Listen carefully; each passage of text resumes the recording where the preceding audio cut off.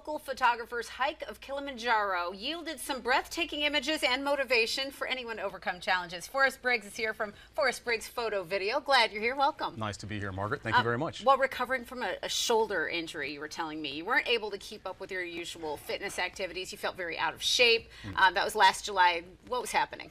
Yeah, I had shoulder surgery a few years ago. It never did heal properly, and my go-to sport is swimming. Very difficult to do with only one shoulder. So I decided to step on the Stairmaster one day, and I was gassed after about 2 to 3 minutes. So I kept with it over the weeks and months, and eventually I was up to 10, 20, 30 minutes. And it dawned on me, gosh, you know, wouldn't it be great to do something really just astronomical and climb a mountain like Kilimanjaro?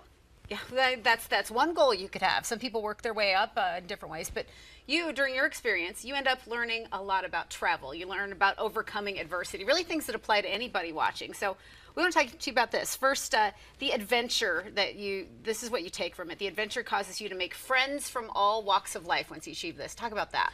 Absolutely. As I was leaving Kilimanjaro, I was at my hotel. I met these Albanian guys who, boy, do they have a great backstory. Yeah. You know, during the 90s when Yugoslavia was in civil war, these guys, they literally walked across Yugoslavia up to Germany, and they now live there. And you know, folks that overcome that kind of adversity, it really makes our lives pale in comparison. At any rate, we're still chatting, we're still talking. We plan on climbing the highest peak outside of Asia in Argentina, Aconcagua.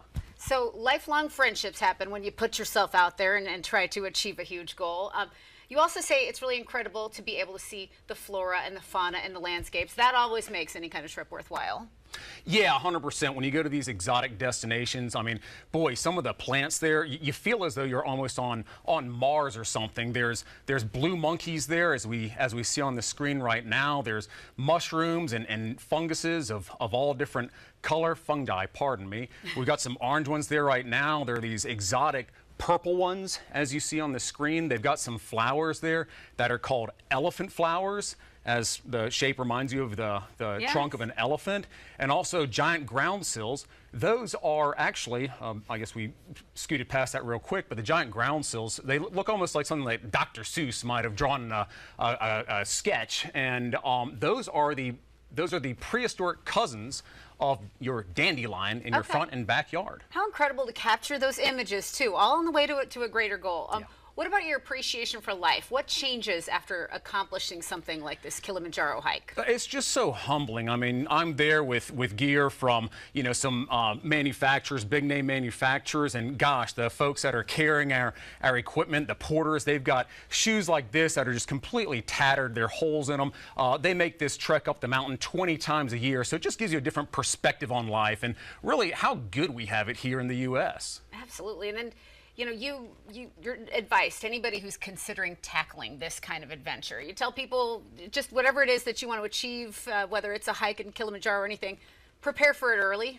Yeah, you want to start small. If you're going to climb Kilimanjaro, maybe start off on the treadmill again, on the Stairmaster like I did, and then gradually ramp things up. You might climb Mount Mitchell here in North and South Carolina, eventually maybe make a trek out west. So Colorado's great. They've got several 14ers there. I trained on Pikes Peak as well as climbed 4 other 14,000-foot peaks just to acclimatize and get my body accustomed to what altitude sickness is like and the thinner air and all that good stuff. So as the Boy Scouts say, be prepared. Get all that equipment laid out. You know exactly what you need. It takes a lot of research. It takes a lot of understanding the elements that you're You going to don't want to buy your hiking boots the day before you depart. You want to break them in, and same with your backpack and everything else. And finally, you know, you achieved your goal. You made it happen. You attacked it.